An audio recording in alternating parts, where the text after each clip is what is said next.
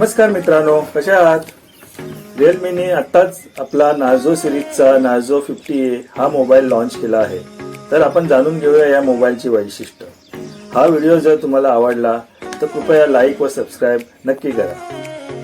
Realme Narzo 50A हा phone Realme Narzo 30A याचा successor आहे. तर नक्की यामध्ये काही अपग्रेड केला आहे की हा फोन डाऊनग्रेड आहे ते आपण पुढे पाहणारच आहोत.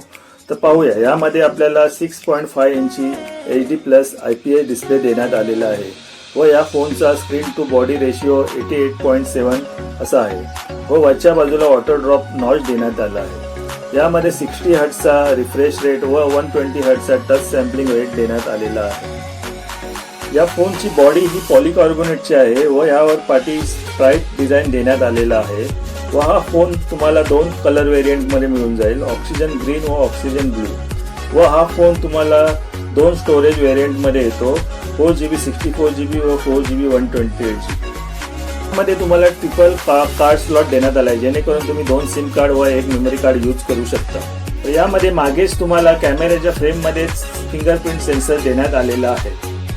प्रोसेसरच्या बाबतीत बोलाल तर ह्यामध्ये तुम्हाला मीडियाटेकचा हेलिओ G85 हा गेमिंग प्रोसेसर देण्यात आलेला आहे व माली G52चा सपोर्ट यामध्ये आहे.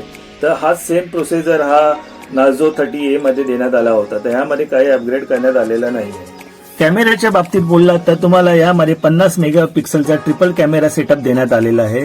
यात 50 megapixel main camera, 2 megapixel portrait camera व 2 मेगापिक्सल मायक्रो कॅमेरा देण्यात आलेला आहे व पुढे सेल्फीसाठी यामध्ये 8 मेगापिक्सलचा कॅमेरा देण्यात आलेला आहे व मागच्या व पुढच्या दोन्ही कॅमेऱ्याने तुम्ही फुल HD 1080p चे व्हिडिओ शूट करू शकता. मध्ये तुम्हाला Realme UI 2.0 व Android 11 OS चा सपोर्ट देण्यात आलेला आहे. यामध्ये तुम्हाला 5000 mAh ची बॅटरी देण्यात आली आहे व चार्जिंगसाठी C पोर्ट देण्यात आला आहे व हा फोन 18 वॉटच्या फास्ट चार्जिंगलाही सपोर्ट करतो. तर शेवटी आपण जाणूया की हा खरंच फोन अपग्रेड आहे का? तर बिलकुल नाही. तर ह्या फोनमध्ये नार्झो 30 मध्ये जे सर्व फंक्शन होते तेच फंक्शन देण्यात आलेलं. फक्त 50 मेगापिक्सलचा कॅमेरा हीच एक अपग्रेड गोष्ट आहे, बाकी सर्व काही सेम आहे. ह्या फोनची प्राइस ही थोडी ओव्हर प्राइस आहे. तर ह्या प्राइस रेंजमध्ये हा फोन मला इतका योग्य वाटत नाही. जर 10,000पर्यंत या फोनची प्राइस असती तर हा फोन ठीकठाक होता, पण जी प्राइस ही ठेवली आहे ती ओव्हर चार्ज वाटते.